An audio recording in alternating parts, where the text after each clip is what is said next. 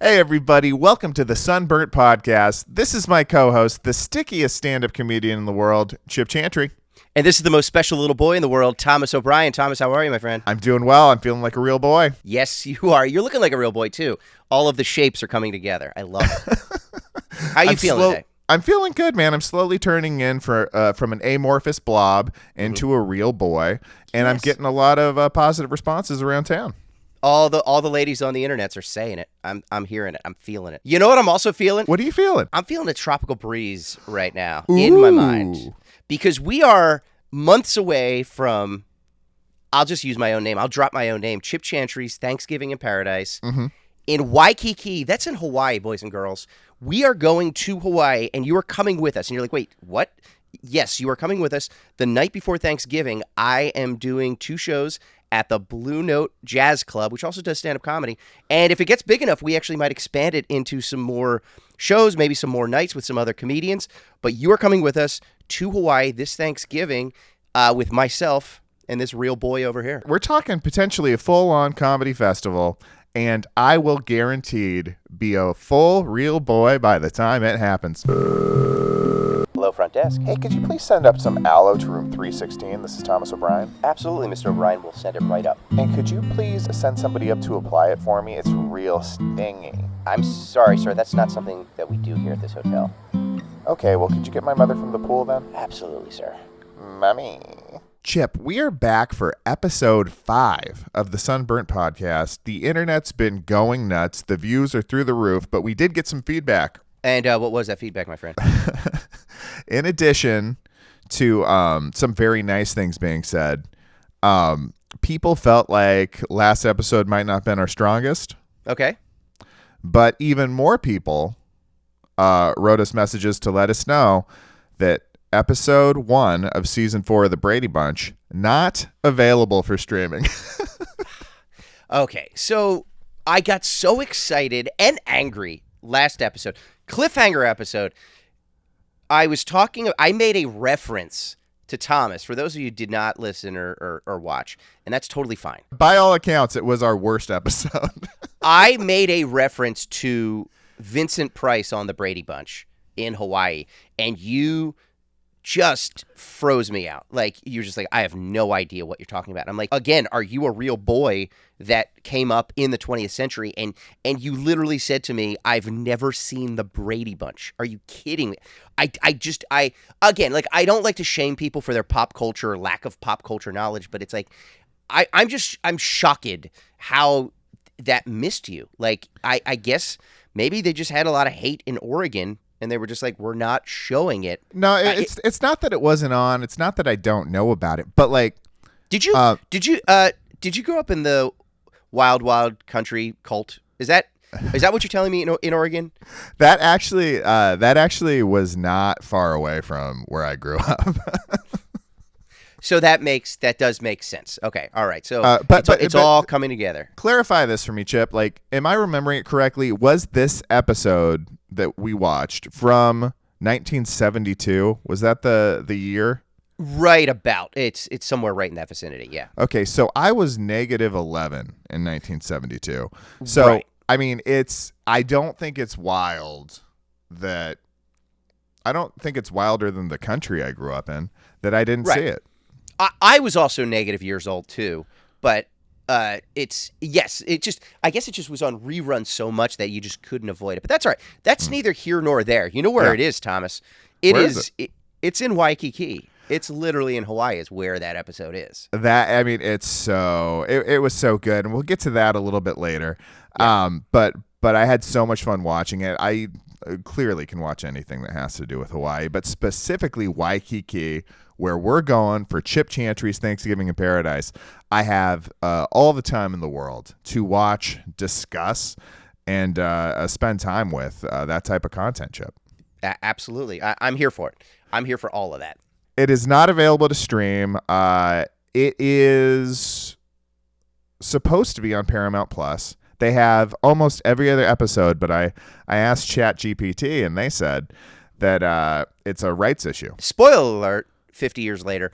But is it because Don Ho sang that song? I would have to imagine after watching it, I think it's because Don Ho sang a Sam- song that they probably Sam didn't Capu. clear in perpetuity, or the performance wasn't cleared, or who knows. There's a bunch of like things that matter on TV in terms of clearance that somebody could have screwed up. You're Sherwood Schwartz, though. This is one of the biggest 3-episode arcs in the history of television. Yeah. And you can't throw those guys a little bit of licensing money. I don't understand it. Well, it could be contractual, like on some of the the shows that we've worked on, we've had licensing issues, and it depends on what's in there. Sometimes in the contract, they're like you're just buying it for 10 years, and after 10 years, there's going to be an insane price if you want to re-up it for another 10 years. Sure. And then it can take another step up 10 years later or whatever. So we're 50 years past the fact at this point. And somebody could have just been like, you know what, it's nice to have this show on here, but we don't need this one if we have to we're not trying to buy Don Ho's grandchildren a even bigger beach house. Exactly. And in their defense, literally everyone in the Western Hemisphere besides you has seen this episode. That's multiple true. times. So we know the gist. The Bradys go to Hawaii. They find, and they even do, obviously they even do, luckily, because they were smart enough back then, they did the recap at the beginning of episode 2, which you haven't watched yet, which I'm so excited for you to do that. But they do the recap, so you'll be able to see what actually happened in episode 1 if you don't actually see it. But you and I, we are not always above board. We do not paint inside the lines. Nope. We do not follow the letter of the law. That's all I'm going to say. And we figured out some ways to watch episode 1, including Don Ho and Sam Capu's little unlicensed song. And they serenaded us, and it was a beautiful, beautiful thing. They serenaded strangers that were children, but we'll get to that in a little bit. While wearing the shortest of shorts, but we'll get into that later. Yeah, yes. And it was a romantic, titillating song, but we'll get into that later. Yes, we will. Yeah. That's our cliffhanger for later on this episode, so stick around. Let's go to our sponsor. Go ahead, Thomas. Short Shorts by Hawaii. Okay, go ahead. We love short shorts. First of all, I want to apologize for last episode for anybody who did listen. I was sick. It was a weird time. I'm feeling a lot better, although it's complete allergy season in Philadelphia right now. So I might not sound it, but I feel great. I'm doing great. My dog is behind me. I don't know if anybody can see it. I don't know the camera angle right now, but you might be able to see Franklin. He's a very good boy. Speaking of real boys, yeah, he is right behind us right now. So if you see any movement behind me, that's my boy Franklin. He's our co-producer. He does get royalties for this episode. If this episode is not available in the future, you'll know it's because we couldn't work out the royalty deal with Franklin. And also, I have Don Ho's great grandnephew who's going to sing a few numbers for us coming up right after the break. John Ho will be here after the break. There's still no breaks. We keep throwing a break, Thomas, and there's no break. And then it's dead air, buddy, because we do come from the world of television where there is like an out. Do you know what I mean? It's like, all right, here's the act break. And we're running a gun in here, buddy. Like we can't do that, but we can share with the audience, if anybody's interested, like how television is made, because we made television for years, and we're going to share those secrets right after the break. See, still doesn't work. God, it does not work, Thomas. It's all right. We're going to need a new bag of tricks, and I think, according to the feedback from last episode, it's going to be more entertaining when we talk. I think that's what we do. We're more Keep descriptive, it going. heated with our language, not as flat, not as sick. I'll be completely honest with you. But what is your favorite way for a television act to go to commercial? Like what's... Oh, we saw it. We saw it on that Brady Bunch episode. We'll talk about it later, but it's a cliffhanger, bud. Okay, you like a cliffhanger. Cliffhanger's great. I always like a big moment where like I'm talking like 60s TV where like somebody sings a high note and it like cracks some vases and a window, and then like a fat lady in a mink coat faints. Yeah.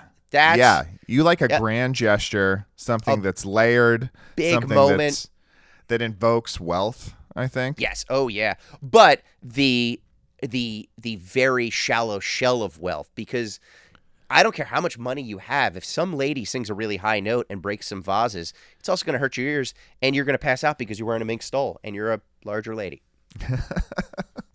all I have to yeah, it doesn't matter how much money you have. Like your eardrums are not stronger than crystal vases. No. Yeah. Did I ever tell you I blew out an eardrum once? Music or headphones or This. All right, we'll get into it. This is disgusting and the dumbest story. But again, it was this time of year. Yeah. This was about 15, 16 years ago. And my allergies were terrible. And somebody told me about a neti pot. Are you familiar with neti pots? Yeah. I need to know if there's some dangerous neti pot information out here. Oh, there's lots of dangerous neti pot information. So, and also, the number one dangerous thing about it is like, don't let an idiot use it. Okay. Like me. Okay. So, have you ever used one? Yeah. Oh, I've dealt with my share of allergies. I've neti potted before. You've potted the neti. So you take this little water sprinkler thing, like a and little you deep nose pot, it. and you deep nose it, and you let's just say you cocaine it up, and instead of cutting those lines, you were just cutting some water up into your sinuses, and it just drains out your sinuses. Well, so the one thing you're supposed to do is you're supposed to let it all drain out then, and you're not supposed to go to sleep right at, like you're not supposed to do it right before bed, for example. Like you're not supposed to lay down right after, because you need to let it all drain out. I didn't know that. I didn't read the fine print. I did the neti pot thing, laid down for a nap. I'm not a big napper, but I napped that day because I wasn't feeling well. And I woke up the next day, the couple hours later, and like there was just water in my sinuses that got into my ear. And just over the next 24 hours, just got so much worse in both ears, and it just wouldn't drain out. And it just and then I was I took like 5 Advil because it was in such pain. And my now wife was like, "You can't take that many Advil. It's like it's terrible." Which she's right. And I was like, "But I'm in so much pain." And she's like, "You're just she's like, you're kind of making it up." And I laid down to go to sleep, and all of a sudden I just felt the worst pain in the world. And then the pillow was wet, and there was just blood all over the pillow, and it popped the old eardrum. It finally came out. The Hoover Dam finally collapsed in my ear. This is the scariest thing I've ever heard of. This is like a TLC show, bud. Yeah, this is it was very the Learning Channel related.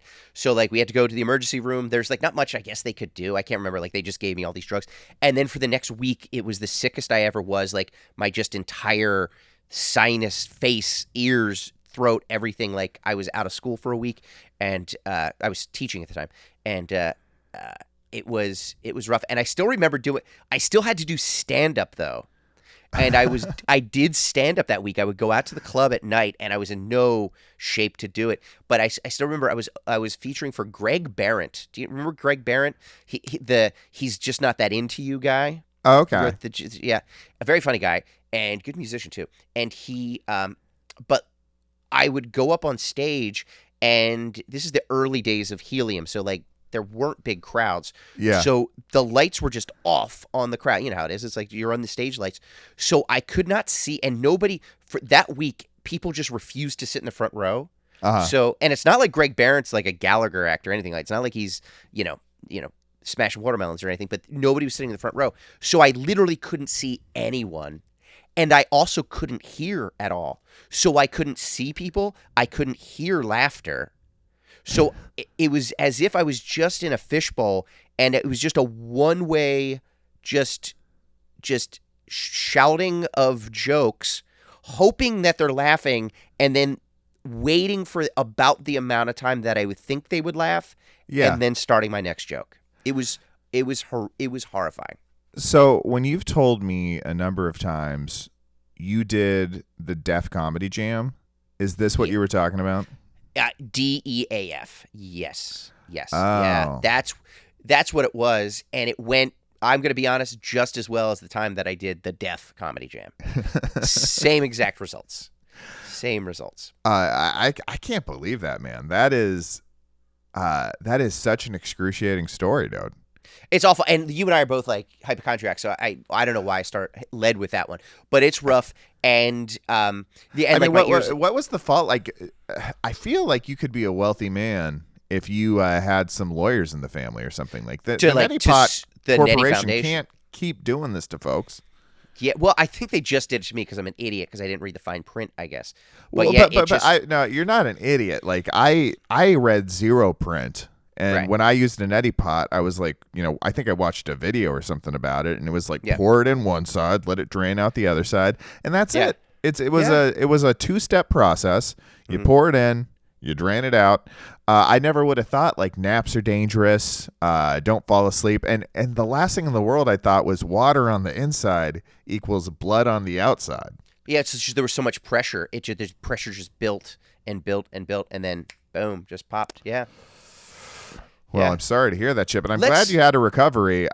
We did to a certain extent. Yeah. So yeah, let's move on to brighter pastures or beaches maybe. Beaches. Yeah, let's talk about beaches. And like, unfortunately, what we had circled to talk about today is some of the pains that can be associated with the most lovely of all things, a delightful beach trip. Yeah. And it's actually the namesake of the podcast.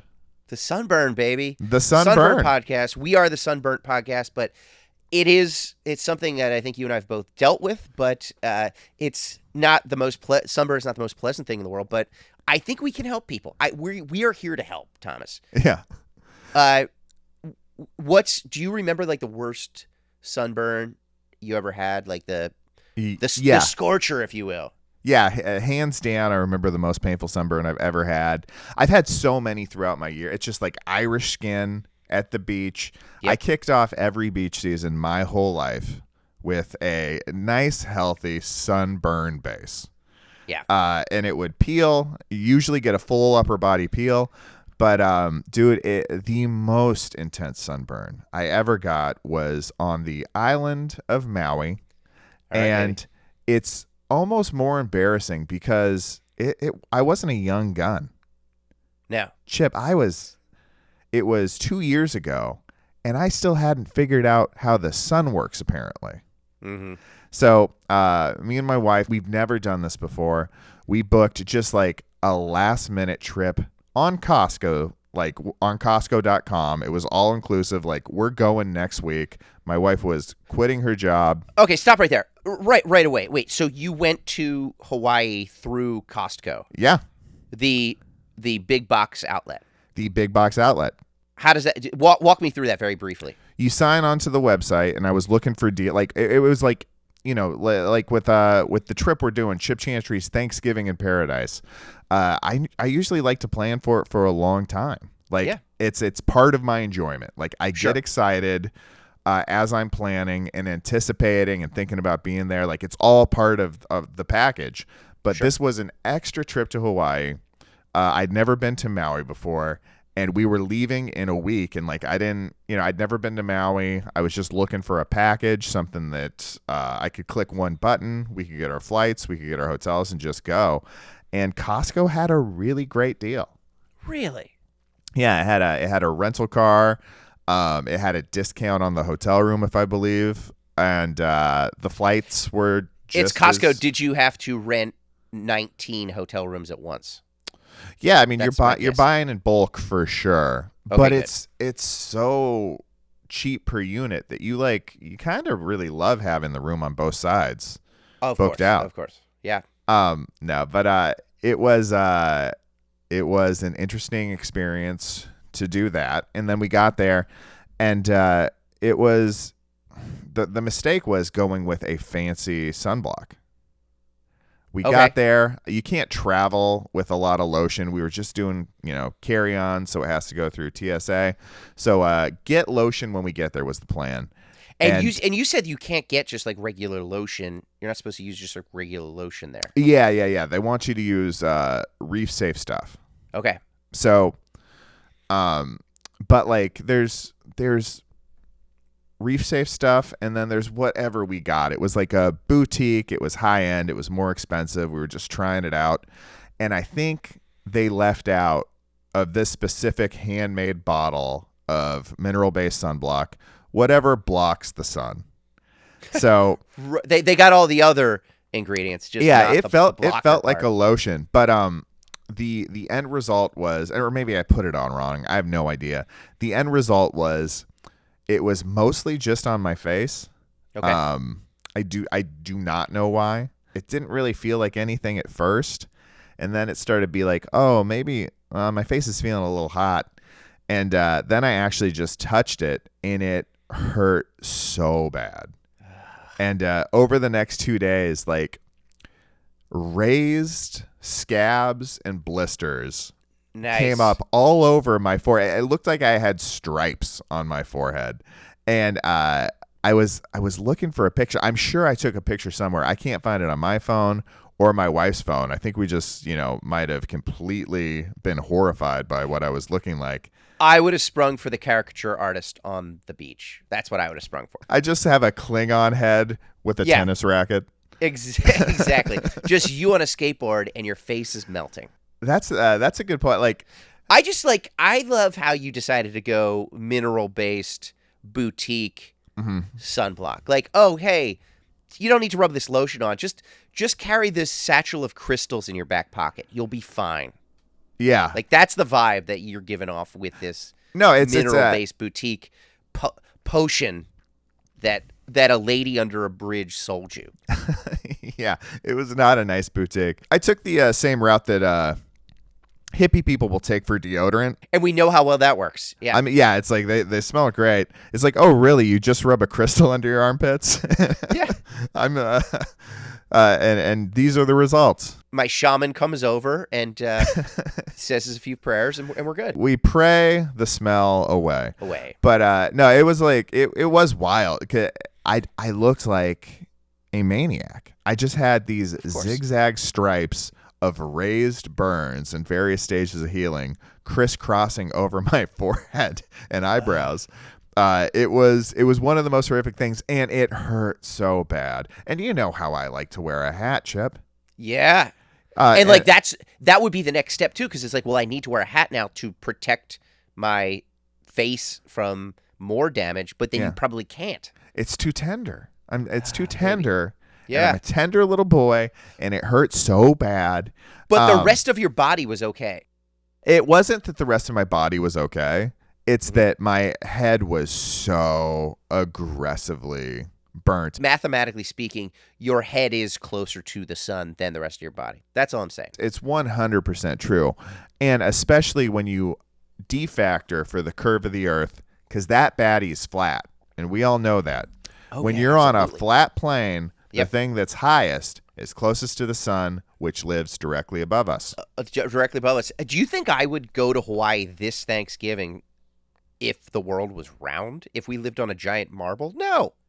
I know that it's flat and there's nowhere we can go, so that's fine. I know that if for some reason I got into some sort of boat, some sort of vessel off the west coast of Hawaii, and I did drift too far, I would fall off the end of the earth. Like I'm aware of that, but I'm willing to take that risk. Yeah, I mean, and you have signed the pledge not to get too far off the shore. Yeah. For fear of falling into the ocean or falling off the ocean. Okay, real talk real quick, and then we'll get back to your sunburn.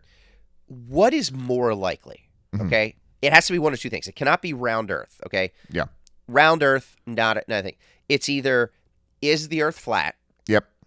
Or are we in a Truman Show situation where eventually we're just going to hit the end of the studio? Ooh. Which one is more likely?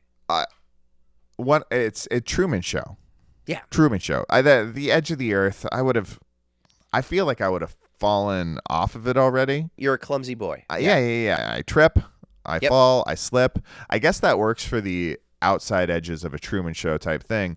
But I don't know. I feel like I'm always being watched. Uh-huh. And I feel like it's just a lot more likely that somebody would have created a contraption where my life is being watched step by step than there is just an edge of the earth where you could fall off. Right, exactly. Yeah, what about you, Chip? 100% agree. This is a Truman Show situation more than so. It's. I believe that the world is round. Truman Show, flat Earth. Just lineup of turtles. We're just on turtles' backs. You've heard that story, you know. And then that this is all just a dream of a young boy looking into a snow globe. So there's that one too, which is pretty much that's Truman Show adjacent. So I'm gonna lump those two together. Can you imagine how disappointing it would be if like the Truman Show was built just for me, right? Like somebody spent all these expenses, got all the hidden cameras, got all the technology, got all the actors, and what they got to watch for all their expenses paid is somebody do a podcast with a buddy. Yeah. It's like they spent billions to get what people are doing for free. And just Ed Harris is just in the booth like, what the fuck, man? You know, like he's just like, I could have directed this season of The West Wing, but I did this instead. You know, it's just, it would be, man, the disappointment of the Truman Show. Do you think everybody's ever called him Ed Hairless? I feel like there was like an angry PA once or twice that definitely did get fired. It's close. It's real close. Hairless. He went bald at a young age, so he's probably in his 20s. There were some mean people. That was probably the 80s. They weren't Woody Harrelson. Woody Harrelson. Is there anybody with hair in their name that kept it all? Jack A. Harry. I think she has her real hair. I mean, maybe. Who else? Yeah. George Harrison. Okay. Yes. He had a delightful head of hair. He had a delightful head, but now?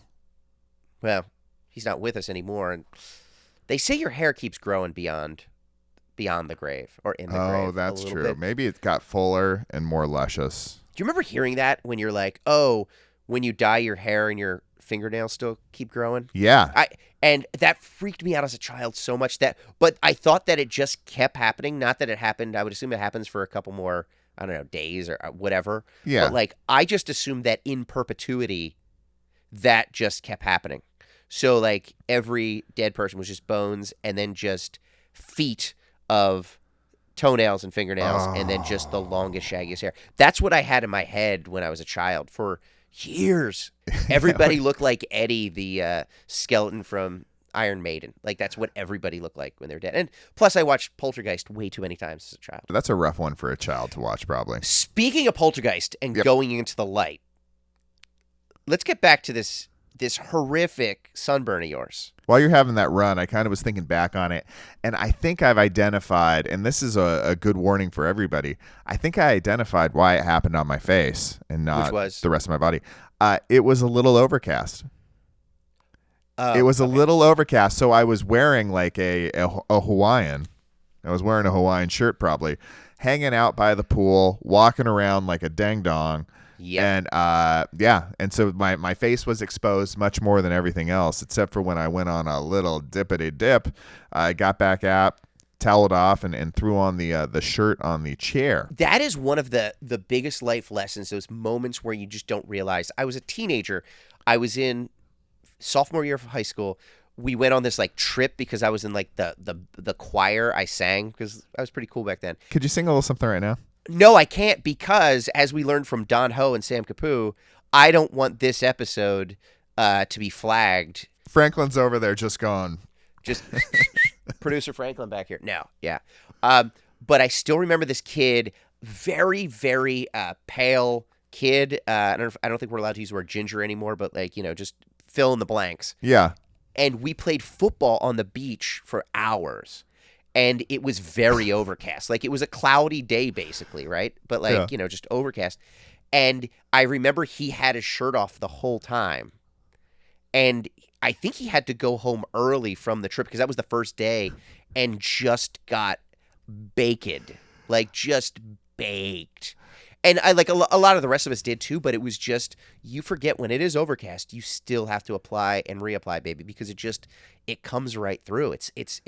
It's creepy. Please write in if you've been in the situation. But I think there's a long line of redheads who have had to call trips short because of sun exposure.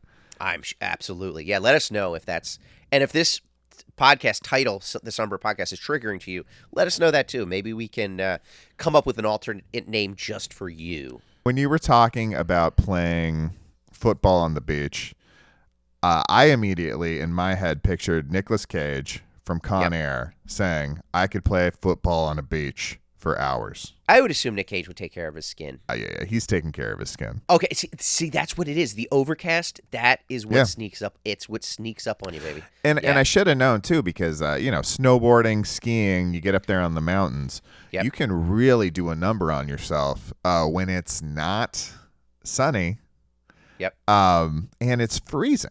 You can burn the crap out of yourself, and that's a hard-learned lesson. It's one of those things that I don't like to cry foul a lot or just say it's not fair, but sunburn is a defect that I do blame our Lord and Creator, or Ed Harris if he's the one who put this all together. Mm-hmm. It's a factory reset that we should get back. Like, it's not fair that we as humans can just be outside for an hour and then we're just burnt.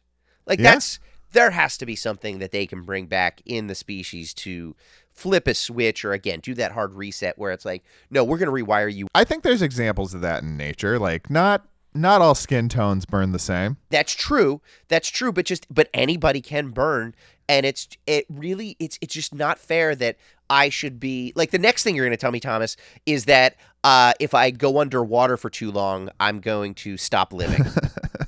There's ways to lose the simulation we're living in, for sure. I'm telling you, I think in the next simulation, we should know where the end of the Earth is exactly, and also we should be able to be outside without getting sunburned. It's just, it does make me angry that we have not evolved out of that yet, and it really does upset me.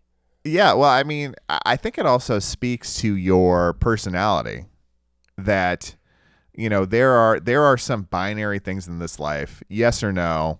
You can do things, you can't do things. They've always been this way. And you are still pretty frustrated by some of them. Yes, 100%. And that's the way you progress, is by being the squeaky wheel. You know what the squeaky wheel gets, Thomas? It gets sunblock, and it's not that mineral hippie.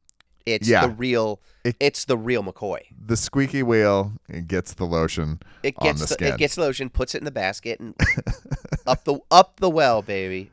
By the way, I do feel like sunburn is it does have it obviously has a negative connotation. It is a negative thing, right?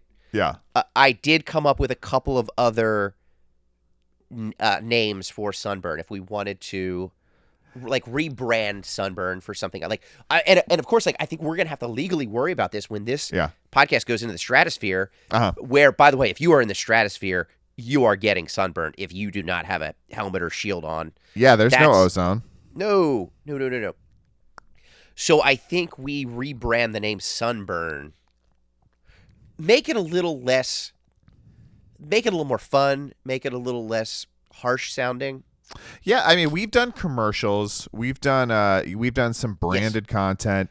Absolutely. You were trying to put a little sparkle on the Sunburnt brand. You want to give it something that is a little more palatable for a consumer. Yes. So, like, instead of saying, "Oh, I can't go out. I got sunburnt at the pool yesterday." Yeah. Here's some fun euphemisms for sunburnt. Okay. You ready? Okay. I'm ready for it. I got about a dozen of them. I'm just going to workshop them. You give me some feedback. See if you like any of these. Okay. All right. Starting with number 1, the rubies. I got a case of the rubies. That's fun, right? That's fun. Okay. How about a little solar saute? I got the old. I can't go to the picnic tonight. I got the old solar saute at the soccer game. Yeah. Okay, this one's fun. How about the devil's licorice? The devil's licorice. Could you use that in a sentence, please? Yeah. I was mowing my lawn today. Took my shirt off, and man, I got a case of the devil's licorice. Yeah. How about right to the point? How about white toast? White toast. I am white toast. I would love to come to your party. I am white toast. Because you and I, Thomas, we're the whitest men in the world, and we got toasted. So a little white toast. How about the broil Tannenbaums? Like, that's like for, a little bit more of the hipster crowd. They're out there. Wow. Yeah. The shame of Ra, I think is a fun one. Ra was the sun god. It's just like he's casting his shame upon us. The old dermatologist Cope. Oh man, I was weeding the garden today for a couple hours, and man, I got the old dermatologist copay. It's the price you have to pay to see the dermy, dude. Yeah. How about this one? This was just a fun one. Getting fire trucked. Man, I was at the beach yesterday, and I got fire trucked. You know, That's the one that sounds the most like a red tube search. Yes. Yeah. If don't put that into RedTube at all. Don't put that into any adult site. Getting fire trucked. No. The Burgundy Bake Off. That's kind of a fun one. The old. Oh man, I got the old Burgundy Bake Off on the thighs. The other red meat. It's been used in the marketing world for a long time. Yes. It's palatable. Yeah. Just a couple more. We got the Crimson Curse. Okay. Yeah, that's great. Got a case of the Crimson Curse. Yahweh's punishment for showing your skin. That's for the more conservative groups out there. Yeah. Yeah. And it's a very pious angle. Exactly. And then finally, we'll just finish up with Satan's spray tan. Satan's spray tan. Yeah. Hey, I was playing football on the beach with Nick Cage yesterday, and man, I didn't reapply, and I got Satan's spray tan all over.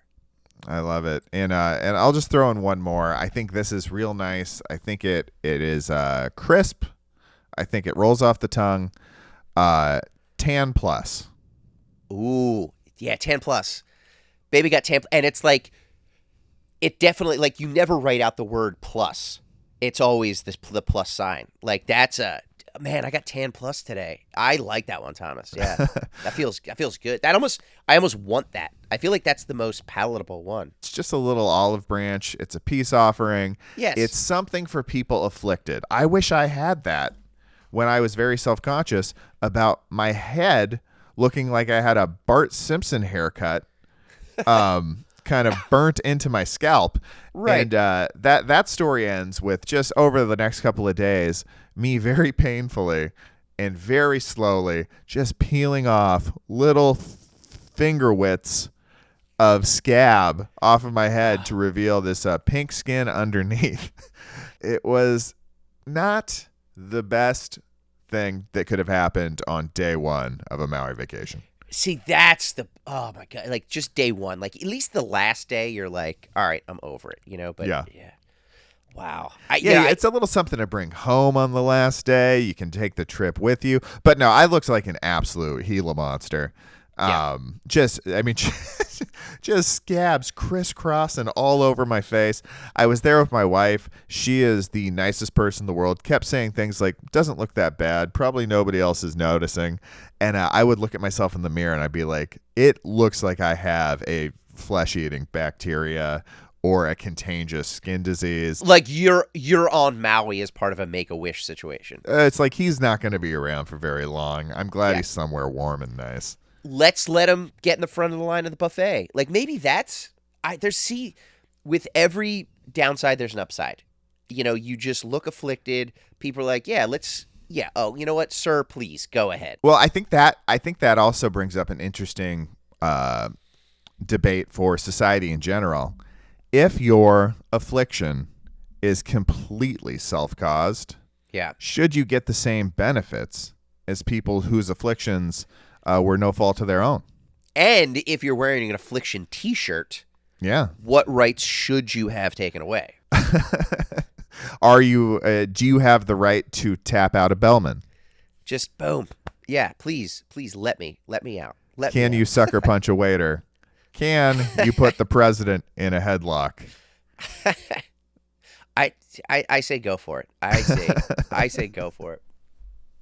I was very lucky with my sunburn. Let's hear about your burn, baby. With my shame of raw, with my crimson curse, as you will.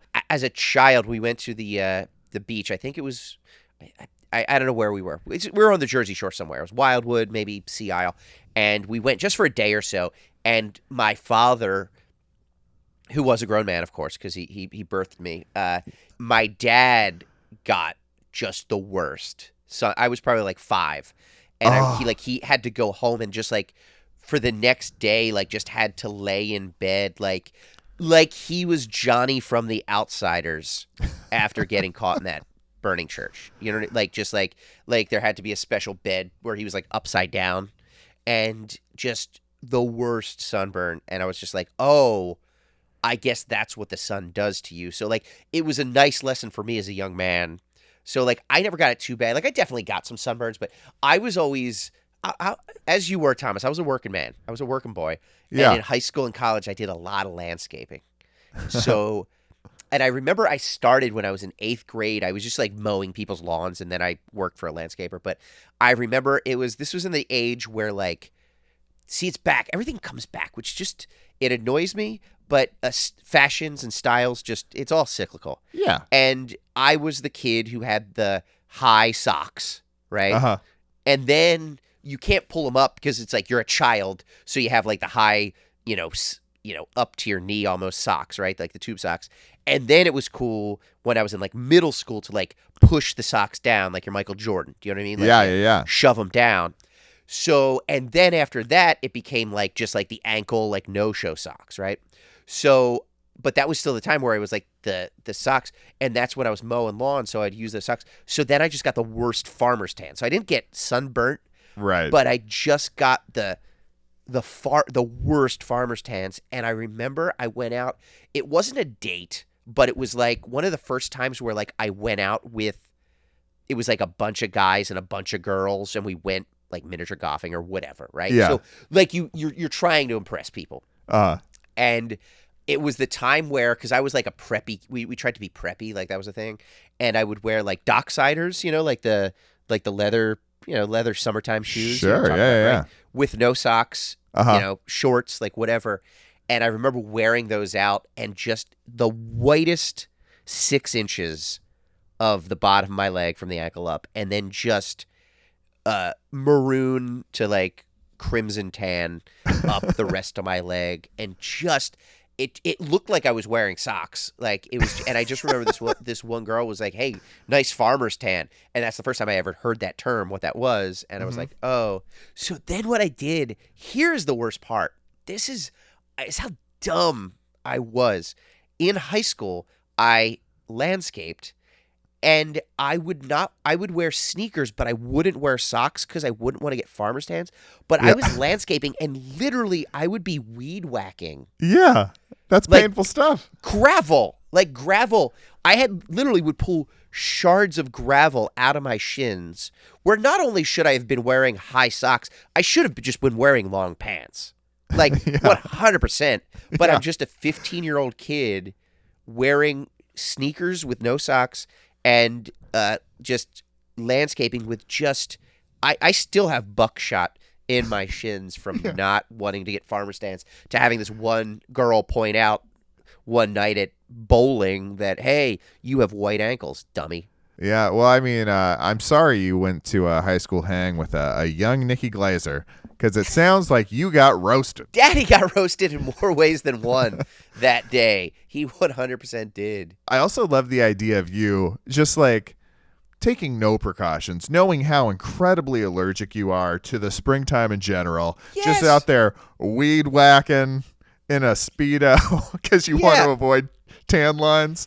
Exactly. That's how vain I was, too. And also, you'd probably seen an episode or two of Jackass. It seems like I'm Chip Chantry, and this is whacking your yard.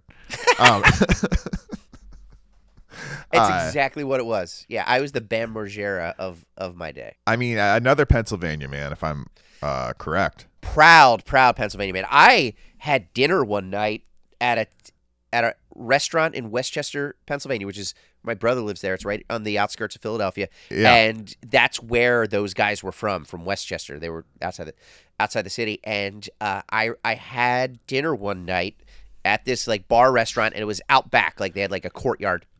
And I was sitting at a table with, I think it was a girl I was dating at the time. And we were at the table right next to Ryan Dunn and a friend of his. And I remember Ryan Dunn put some drinks back. And he was talking about his car, and he's like, all right, let's go. And like they left that, like they were leaving. I was like, and I remember saying to my date, I was like, that dude is drunk. And he is truly a jackass, like he's living on the edge. And then it was literally like, I think it was like 6 months later is when what happened. Yeah. What an interesting first row seat to see like that kind of unfortunate situation come to fruition. Yeah. I had a similar situation, and I don't know if I've told you this before or not. I believe so, and if I can tell the story, Yeah, you were on that parade float when Mr. Belvedere sat on his own genitals. Is that the story you were going to tell? You're gonna be shocked, Chip. I don't know who Mr. Belvedere is. Oh, okay. Well, that's a whole other episode. Mr. Belvedere and the Brady Bunch. All right, we're gonna learn you at some point, Thomas. I was at the Grove. I was at the Grove, the shopping center here. Love the Grove. Actually, no, I don't love the Grove. I love the farmers market. Farmers market's great. You can get a lot of delicious meats. You can get a lot of food, a lot of produce. What's that diner that's there? It starts with a D. Dupree's. Dupar's, yeah. Or Dupar's, right? Dupar's, yeah. Yes, go ahead. I was at the Grove. It is like the most packed it can possibly be, I believe. Of course. And I just see this pretty imposing, pretty powerful figure walking super fast and aggressively with a cell phone up to his ear. And I'm just like, I think I know that person. And they're getting closer, and I see the face, and I'm like, that is the sandwich man from Subway who lost all the weight, Jared. The sandwich, yeah. The sandwich guy, and he was just screaming at somebody on a cell phone as he was cruising through. And I just remember thinking it was so funny to see him in that context. It's just like, he's this guy. He's a great guy. He's a great guy. He's fun-loving. Very positive. I think he did not used to be wealthy. Now he's got all this foot-long money. Yeah, he does. He dropped a bunch of pounds. He's looking better than he has. What's he got to be so upset about? And a week later, it was announced, and he was saying something like, "It's bullshit. Tell him it's bullshit. None of that." It was like denying allegations type of conversation, but it was one of the wildest in context to put it back together. Because in the moment, I was just like, "This could be a sketch. I don't know what this is. This is so fish out of water for this guy. So over the top for Jared from Subway. Great guy, Jared from Subway. Yeah, to be just screaming, kind of cursing, being very curse with the person on the other end of that phone, and then in public, with the general public there. Yeah, you found out he was a frog in a pot of water that was just about to boil. But it was he got fire trucked, if you know what I mean. he got fire trucked, and you can watch that on Prison Tube. That's where I've seen that. Is where I've seen that. That is yes. Wow, but can you just to put two and two together to see this is that man crumbling. That's how much time does he have left? Do you know? Do you know when he's up for? He's been in for a while. If we don't if we don't know, if we can't find out, maybe we find out. Maybe we make a website that just counts down till Jared's free. How many days? What? Okay, just saying. Yep. What if he's released this November? Okay, hear me out. Hear me out. Okay. We have a guest. No, okay, go ahead. No, a very special guest.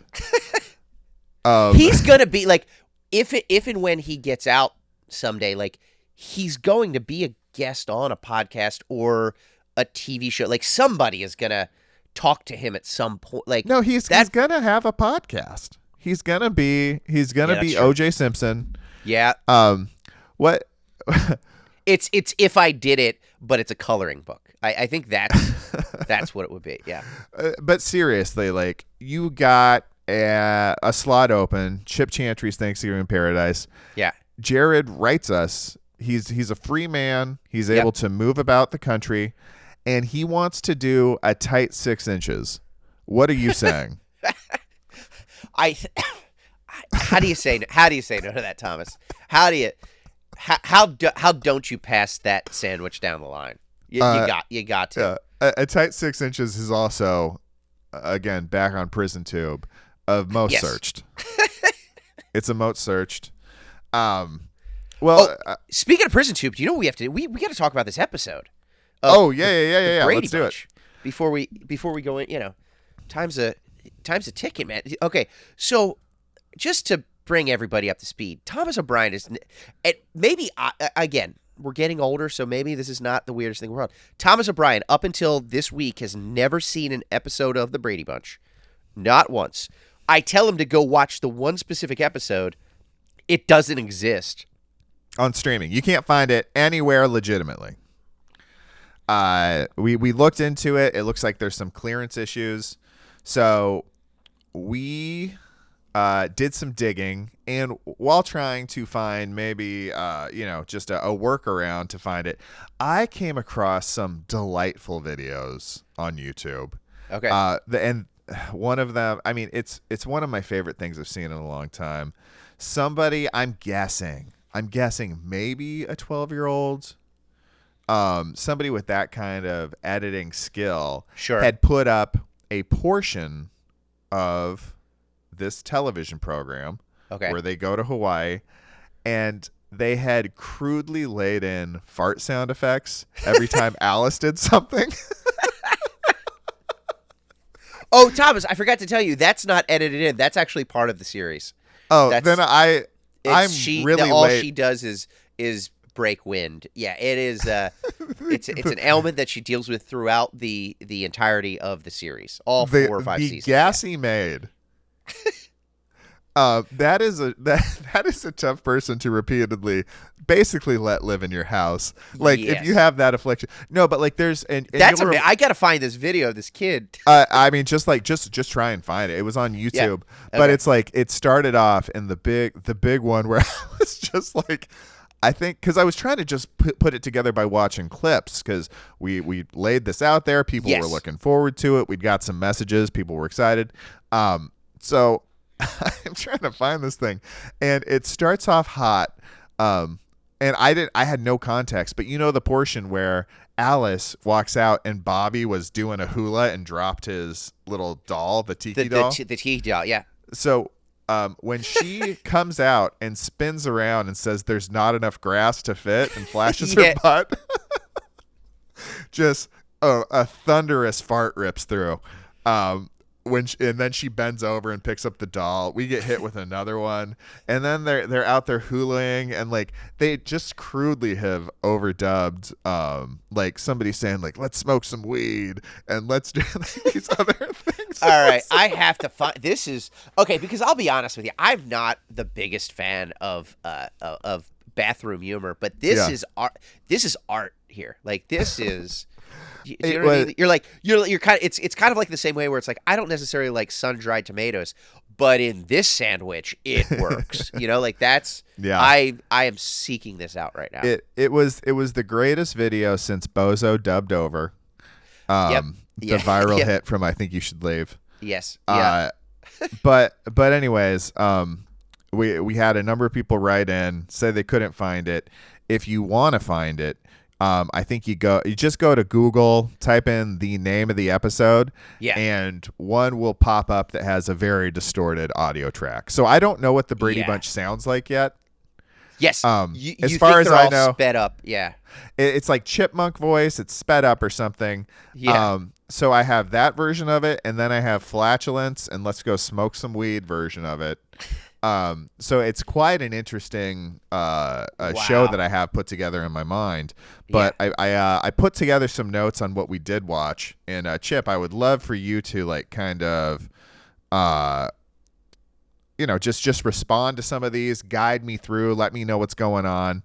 Absolutely. Yeah. So this is the episode. This is the first episode of the 4th season, I think it is. Yeah. It's as we all know, the Brady Bunch goes to Hawaii. It's a 3-parter. We're going to be talking about the next 2 episodes in coming episodes of this podcast. But so this is just the first episode. Go ahead. Yeah. So scene 1 starts off, and this, I'm just such a nerd for this stuff. This got me so excited. It's like, it's a little first of all, it's a slow burn. This opening scene. He walks in. Even when it's sped up. Even when it's sped up, it's a slow burn. Even sped up, it's a slow burn. Yeah. The dad walks in. What's the dad's name? Mike. Mike Brady walks in. He's got a gift wrapped up, and he is just so slowly walking into the house. It takes, and this is the start of the episode. Like, normally you need to hook them, but I guess there is some subtle intrigue to somebody walking in with a gift, looking It's the around, 70s, baby. Yeah. checking out what's going on, and then basically the wife comes in. She ignores him, sees the gift, goes straight for it. That's a gag. She's that's a money big grubber. laugh. Yes. Yeah, she's into material things over her husband. Hilarious. Yes. The kids come down, and it's just like they open up this gift and find out that there's tickets to Hawaii, and they are out of nowhere, unexpectedly, going to Hawaii as a family. It's one of those things. It's just like, as an adult, you don't really get that.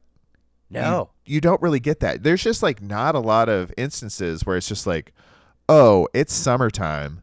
We have nothing to do. And then just 2 days later, we're going to be in Waikiki. Yeah. I got so fired up. Like, I could feel the adrenaline of these kids getting this gift and the whole family getting to go. And they bring Alice too, which I think is fantastic. You know what that's called, Thomas? You just experienced your first case of the Brady Bumps. The Brady Bumps. The Brady Bumps. You get that feeling. It's like goosebumps, but just for the excitement of de facto being a part of the Brady family. It's a great feeling, Thomas. Go ahead. Also, maybe another term for sunburn. I think so. The Brady Bumps. The Brady Bumps. So the kids go nuts, and I'm just like, yeah, this makes sense to me. I can feel it. I'm getting excited to go to Hawaii with them, Chip. Yes. So we get to scene 2. They are on the plane, and there was a couple of things I wrote down. A couple of the jokes that we got in there. We don't see them on the plane, I believe. They're just kind of on there. We hear them talking, and you see the island from the air. It looks exactly that way today. Obviously, things feel the same. But this is where I get like the first taste of some of the humor in the Brady Bunch. And it is the middle lay it on me, baby. Or it's the little brother going, "Hey, what's that big lump down there?" And his big brother goes, "That's Diamond Head, you dumbhead." Yeah. Yeah. It is just replacing a word with dumb, letting his little brother know he is dumb. Am I crazy, or is that so mean? It's horrific. It's what brothers do to each other. It is a terrible it's a terrible thing. Speaking of terrible things, that same line, I believe his name's Mike Lookinland, the actor who played Bobby Brady. Years later, he was in a made-for-TV movie called "What's That Big Lump Down There?" And it was a much more serious take about his health of the man he was playing. So, on a very special episode, what's that big lump down there? Yes. Do you remember that? Do you remember? I don't remember what show. I think it was a TLC show. I think we may have seen clips of it when we were working on that NBC show. Yep. But it's a man who had the world's largest testicle. Yes. And he kind of had to wear a hooded sweatshirt upside down. Yes, just covering it like he was pregnant. It happened because of a terrible situation, but what a visual and what a wide spectrum of the human experience exists out there. It was horrific. Yeah. Also, Cindy, it's just like they really are nailing who these characters are. It's just such a shorthand. Cindy says, "How is this big plane supposed to land on that small island?" Yeah. And it's a perspective gag. She is an innocent little child, and she is earnestly wondering, like, she doesn't understand how high above the island she is. How's this thing supposed to land down there? No, she's 7. She doesn't have that concrete awareness yet. No, not so at all. Yeah, there's a lot of characters, so they really need to nail who these people are. Yes. 4 seasons in, they're doing it for you, the first time watcher. Like, we all know she's an idiot. You know what I mean? Yeah. But they're still just hammering it home for you, and that's what I appreciate about Sherwood Schwartz. So getting off the airplane, and this is 1972. This is 53 years ago, right? Yeah. If my math is correct. They get off the plane, and there are these beautiful, what I would assume are local women, yes, wearing skirts and bikini tops, and they have to kiss every single passenger that gets off the plane on the face and give them a flower lay. Yes. How? I mean, that is insane, Chip. Okay, which is so funny because you've never seen the Brady Bunch. Yeah. I've never been to Hawaii. That's just something that I assume happens in Hawaii when you get off a plane. It used to. I think it used to. Okay. And the airport looks a lot. You have never experienced that though. No. It's like, I think they've kind of done away with the everybody gets a lay anyways, except for like the highest end resorts on Waikiki. Okay. Have you ever had one? Have you ever worn a lei? Yeah. They give the guys like kind of these. It looks like a nut of some kind, or it's like a string with a necklace of like these hard wooden beads, almost like a puka shell situation. Yeah. It's I mean, you could equate it to something like that, but they're brown and they're dark. I don't know what they're called. And then kind of they give the women the flower leis. But I just the first time I went, they did that, and after that, it was like kind of COVID, and I think it just kind of fell by the wayside. Sure. But I did think that was funny. And then I get like a little bit more of, Mike gets kissed by the lady. Alice is like, "Ooh, I'm going to tell the missus." Yep. And he, and then Greg tries to get a little overly aggressive with he really does, yeah. the lay girl. I don't remember what happened. I just remember the dad being like, "Hey, knock it off, Greg." Yeah. And I was like, "Oh, Greg's horny." Yes. I get who Greg is.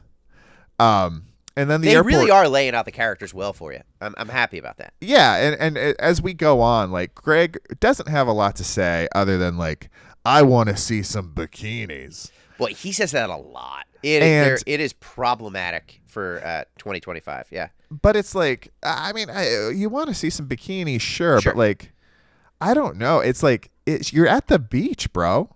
Yeah, it's like, who are you telling this to? It's like, I want to feel some sand. I want to feel some. It's like you're at the beach. Look at bikinis. You don't need to keep. But it's how he relates to other men, I think. Yeah, I think that's the only thing he can. Yeah, I think he wants people to know. It's I think he wants people to know. Yeah.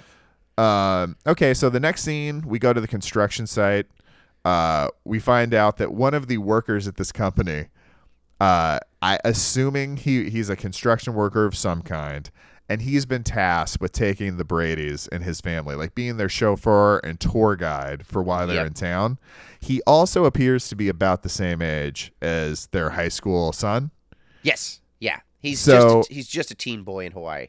It's a little confusing. Like, what's his job? How he got there? Why the construction guy is taking these people around in a construction company car?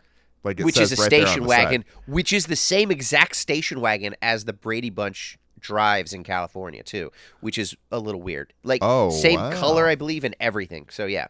I mean, they only do one brand. Yeah.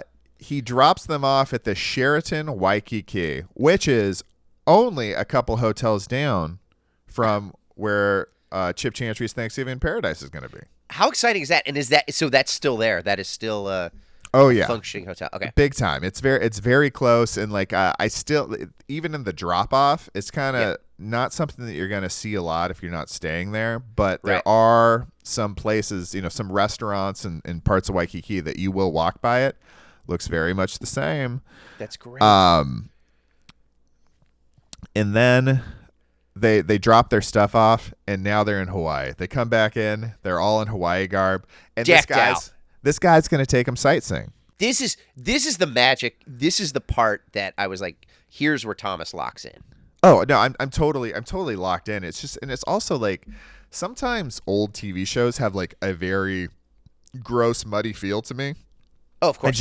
I just don't like the way they look. Like, there's something in them that feels stale, that feels old, that feels, I don't know. It's just off-putting to me, which is why I haven't watched a lot of old shows like the Brady Bunch or anything. Like, I just didn't like it.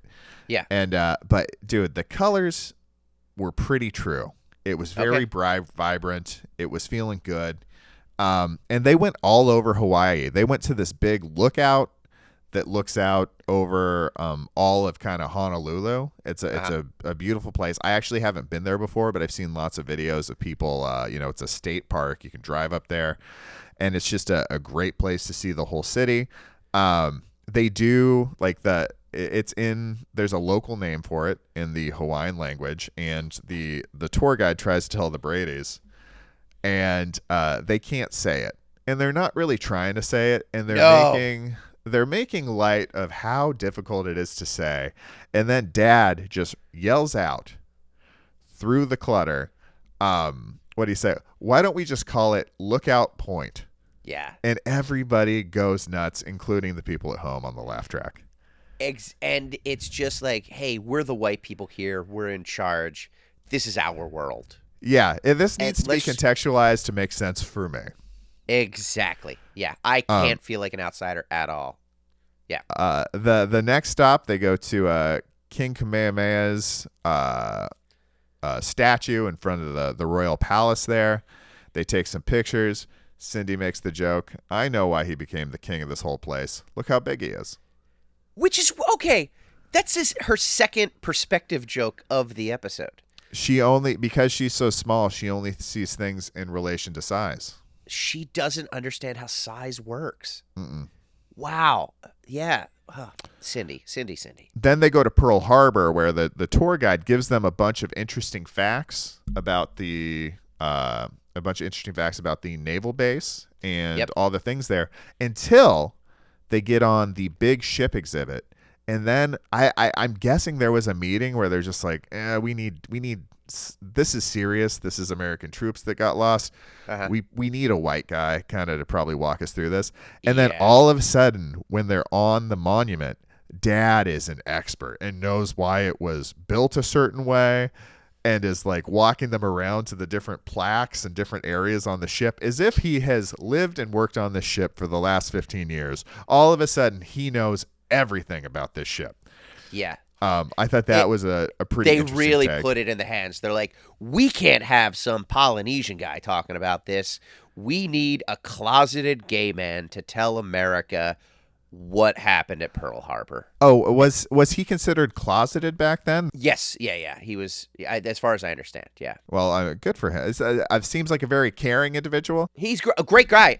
By all accounts, great guy. Yes. He has all the facts on the ship. And then the tour guide gives us a little backstory on the local mythology that one of the chiefs had warned them when they were building this base, don't do it. This is where like the shark queen or something, the shark god, the shark queen god, this is her place. And if you build stuff here, it's going to be cursed. And they had a couple of hiccups during the building, and then everything was fine there till Pearl Harbor, which is why a lot of the locals think it's cursed. So we are setting the stage that there is some spiritual things potentially going on there that we as mere mortals might not understand. The owls are not what they seem. Exactly. Yeah. And he says he doesn't believe it, but a lot of old timers around there do believe it.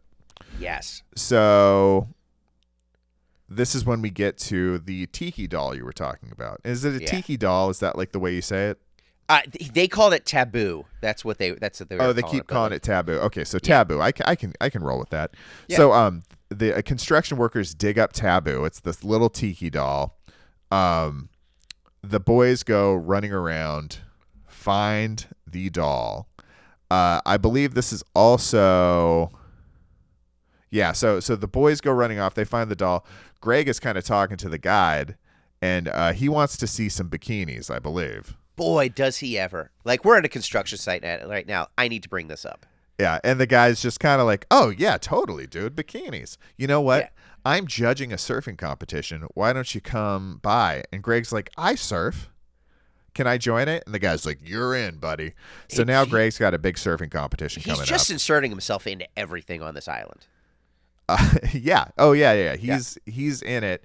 And the next scene, they're back in the hotel room. Just the boys. And they're talking, and Greg's like, I'm going to be in the surf competition. They're like, you're going to get slaughtered. These guys grew up surfing. They're really good at surfing. And this is where Greg kind of takes a stand for a white man's ability to be a great surfer. Of course.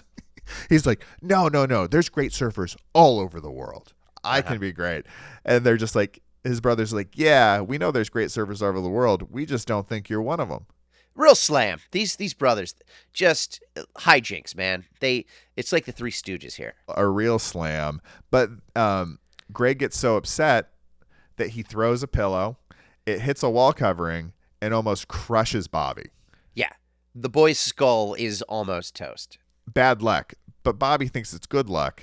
I mean, because he it's didn't get hit. One side of the coin. Yeah. So next scene, we've talked about it before. This is the ukulele scene where Don Ho yes comes out and Bobby's just cranking on a ukulele. Not well. No. Cindy's like, this is bad news. You stink, basically. And this is when two grown, handsome Hawaiian men walk up, basically ask to see the ukulele, and then play these two strangers a very these romantic, two strange children in a parking lot. A romantic Hawaiian song. It's my favorite pre-Stranger Danger moment, I think. It really caught me off guard. Is like, how did this get through on? Like, they could have made it so much simpler. They could have an adult present, They could have an adult present, or it turns out Bobby knows who this guy is. After he plays the song, he's like, "Oh, you're Don Ho," and I was just like, if he would have seen a famous ukulele player walking by and just been like, "Hey, you're Don Ho. Could you show me how to play this thing?" You know how much less creepy that is than the guy walking up? Yeah, or Jared from Subway sees a kid trying to make a sandwich, and he's like, Yeah. I got this. And he gets behind him and does the "I'm teaching you how to golf" thing. He's like, right. And you're going to spread it here. Yeah, and then he the takes Italian a phone call. herb. He takes a phone call and starts screaming at his manager. I don't know. I thought that was just a really bizarre situation. And it's like, how do you feel if you're Don Ho? I guess it's like, hey, put me in the shortest shorts you can find and let me sing a love song to two strange children in a parking lot. It's no good. So after that scene, the parents go see Don Ho at the hotel. Mom makes fun of Dad for being horny again. She's like, "You were looking at the hula girls." And I just can't imagine how tired that old shtick would get of her just constantly being like, "You're looking at other girls. I don't like it." It's 5 seasons worth of that, just so you know. Just heads up, 5 seasons of that type of banter. That level of banter is what you're getting for 5 years on American television. It's wild. So now we're going to skip ahead to the actual surfing competition. Yeah. Okay, so and by the way, Bobby crushes his ukulele. Yes. Another sign of bad luck. Another sign of bad luck, but he still thinks this thing's good luck. Because he's a dumbhead, like Peter called him. A dumbhead. So basically, the women go out. They take a hula class. Alice has found the taboo. She's holding on to it for Bobby, and she gets paralyzed doing this hula cat. Yes. She just out of nowhere can't move. And by the way, the hula instructor on that thing doesn't get to say one word. No. But might be one of the most beautiful people I've ever seen on TV. It's a shockingly attractive person. Absolutely. Yeah. We get to the surfing competition. Bobby has his taboo back. He's got the taboo back, yeah. And he gives it to Greg for good luck in the surfing competition. And this is where Greg goes out there and actually kind of rips, man. Yeah. He is catching some good waves. He's not quite to the level where some of the other guys was. There's some real impressive stuff going on. But Greg is holding his own. He really is, yeah. Until he isn't. No. And he takes a big splash. And after everything we've seen so far, he goes under, and my favorite commercial act break, a cliffhanger. Yes. He goes underneath the water, and we literally go to commercial thinking he might be dead. He's drowning. There is only 5 Brady children left. Yeah, and we come back. What a heightened moment right there. Dude, it's completely unhinged. Yes. And we come back, we find out that he pops his head up finally, and then that's the end of the episode. Yeah. But what a cliffhanger. He almost died, and I can't wait to watch the rest of them. I'm so excited for you to see the rest of this, just to get to that reference, but just we're in Hawaii, so so we'll talk episode 2 next episode, break it down, and I think there's going to be some moments for you where you're going to be pretty excited about. And they are actually on Paramount Plus or wherever you're watching it, so you can actually watch it in its entirety. I can't wait to see it as God intended. Yeah. Everybody, we're running out of time. This has been the Sunburnt Podcast. Thanks so much for joining us. We'll see you soon. Hello, front desk. Hey, this is Thomas O'Brien in room 316. Could you send up some aloe, please? Yes, Mr. O'Brien, absolutely. Could you please send up somebody to apply it for me? I don't think there's anybody here who can do that. Oh, anybody with more than 3 fingers on their left hand will do. Mommy.